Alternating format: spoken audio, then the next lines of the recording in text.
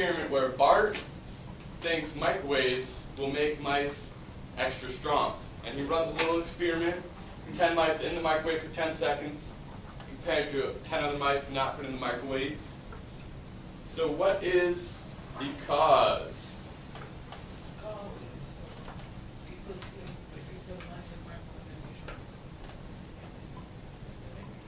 That's not quite it. Let's make sure we're raising our hand next time. And for the bell ringer, I usually just call on people at random, because everyone should have done the bell ringer. Let's go, Daniel. What do you... He wants to test the strength of the mice in the microwave to the ones that aren't in the microwave. Okay. So in any experiment, you've got a cause, and you're measuring the effect. So what's the cause?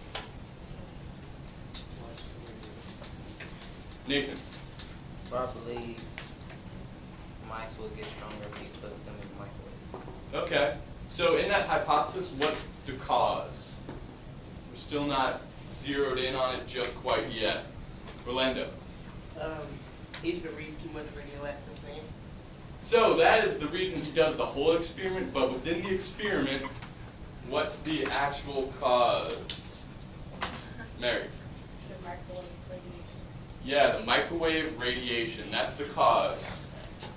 So that's what's starting us off, the microwave radiation.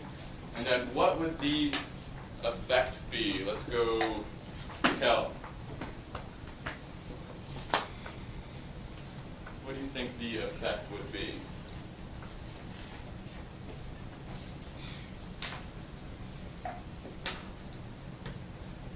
Did I not say that right, Kel? What do you think the effect would be? That people like the two mice against the other mice see each other. Okay, so, yeah, you got it in there. Who's stronger? We're measuring strength at the end. So the cause, they go in the microwave, the effect, how strong they got. And then the last one, why do you think you leave some mice out of the microwave? Naka? Because like he was prepared so he wanted to see if there's like Excellent. He wants to do a comparison. Could we tell that the microwave made the mice stronger if we didn't have those 10 to compare it to? no. Does everyone know what we call that? Control group. Excellent. Control group is what we compare our results to. So in any experiment, and this is just below where you did your bell ringer, we're going to jump right into guided notes. So we've got plenty of time to run the experiment today. This board is your paper. We must be able to attribute the effect to a cause. All other variables that stay the same are called control variables.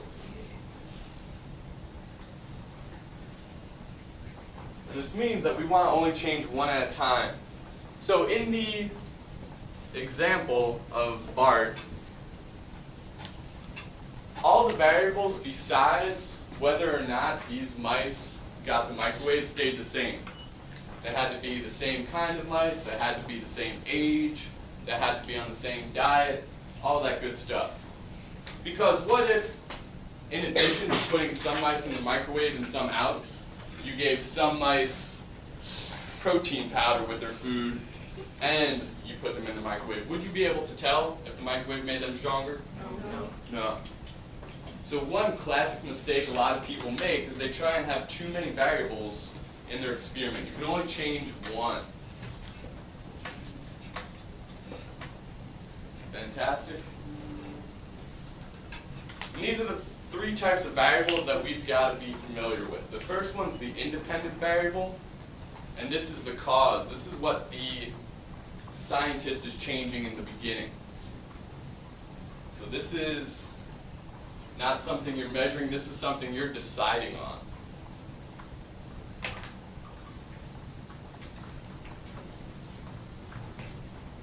And then at the end, whatever you're measuring is called the dependent variable.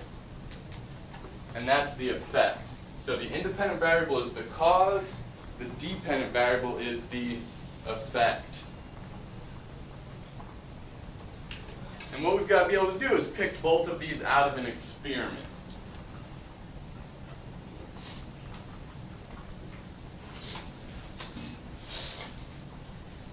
And the last type of variable is a control variable, and this is a factor that stays the same, so that results can be determined. So, for example, time or age of mice or diet of the mice. Every single thing about those mice needs to be equal. Otherwise, you really can't say that the microwave changed the mice. That's what science is all about, making sure you can say that the microwave changed the mice in this way.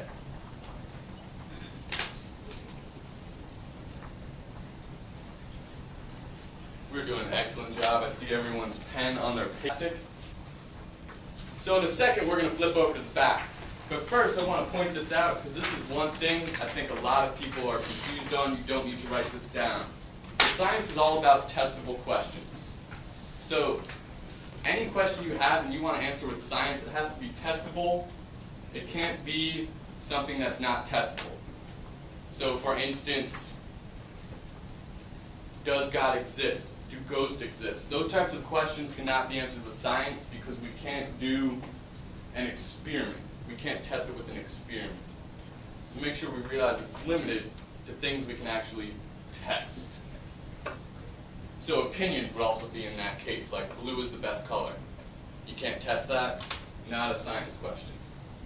And it's always going to be in the format, what is the effect of blank on blank? Independent on dependent. So in the example BART, what would the independent variable be? David, what do you think? What would the independent variable be in the BART example? Independent. Microwave radiation. Excellent. Dependent variable. Let's go, Daniel. What was the dependent variable? Mice, like the ones that were in the microwave.